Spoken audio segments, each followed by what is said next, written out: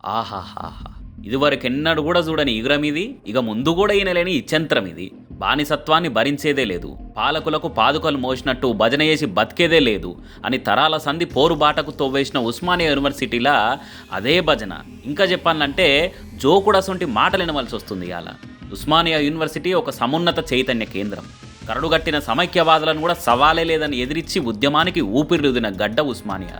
భారత స్వతంత్ర పోరాటం టైంలో కూడా ఫస్ట్ వందే మాత్రం వాడి జాతీయ జెండా ఎగరేసింది కూడా ఇదే ఉస్మానియా యూనివర్సిటీలో.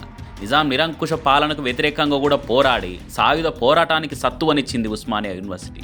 అంతటి ఘనచరిత్రున్న ఇదే ఉస్మానియాల ఇలా ముఖ్యమంత్రికి ముఖస్థుతి చేసి ఉస్మానియా చరిత్రకే మచ్చ తెచ్చే మసిబట్ట మాటలు మాట్లాడిన కాసిం మీద కన్నెర చేస్తురు తెలంగాణ వాదులు. ఇదివరకు గీతమ్మ అనేట ఆమెను ప్రేమించి పెళ్లి చేసుకున్నాడు, ఇప్పుడు కొత్తగా విద్య అనే పేరున్న అమ్మాయిని ప్రేమిస్తున్నాడు అని ఎంత ముద్దుగా ఏలిన వారే ఎంతో సంబురంగా నవ్వేటట్టు, సీఎం సారు చిరునవ్వులు సిందేటట్టు ప్రొఫెసర్ కాసిం సార్ ఎంత భక్తితోని బదన చేసిండో.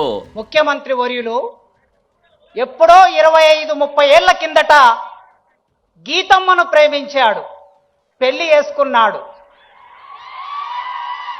కానీ ఈ మధ్య ఇంకొక అమ్మాయిని ప్రేమించాడు ముఖ్యమంత్రి గారు. విద్య అనే పేరు కలిగిన అమ్మాయిని ప్రేమిస్తున్నాడు. మాటలైన తెలంగాణ సమాజం నిప్పులు కక్కుతున్నది.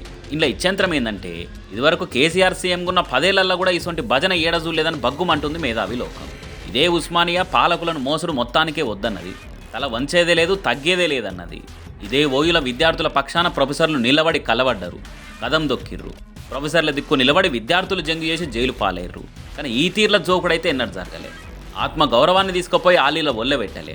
అరే ఎవరో కరడుగట్టిన కాంగ్రెస్ కార్యకర్తనో ఫాయిదా ఆశించే పార్టీ లీడర్లో ఇసొంటి మాటలంటే ఏమో కానీ ఏకంగా ఒక విప్లవ మేధావి అని తెలంగాణ సమాజం చెప్పుకునే ఓ ప్రొఫెసర్ అయ్యుండి ఈ తీర్ల మాట్లాడే వరకలా ఇసొంటి నెవర్ బిఫోర్ ఎవర్ ఆఫ్టర్ మాటలని నెత్తి కొట్టుకుంటారు అంతా.